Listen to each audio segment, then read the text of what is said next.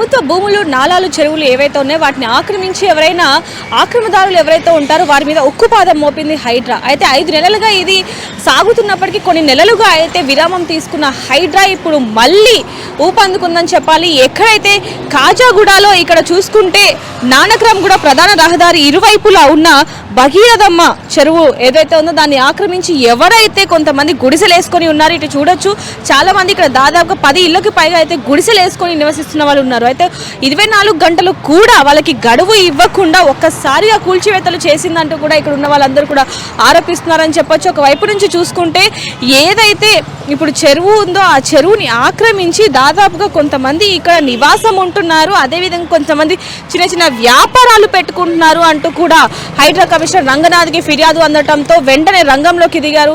రంగనాథ్ ఒకవైపు నుంచి చూసుకోవచ్చు ఇక్కడ చిన్న చిన్న వ్యాపారాలు కూడా చేసుకుంటున్నారు. ఇక్కడ నుంచి దాదాపుగా అంటే ఏదైతే భగీరథమ్మ చెరువు ఉందో ఆ చెరువుని ఆక్రమించి అంటే దాదాపు 9 ఎకరాల 7 గుంటలు ఆక్రమించారు అంటూ కూడా హైడ్రా కమిషనర్ రంగనాథ్కి అయితే ఫిర్యాదు అందటం జరిగింది.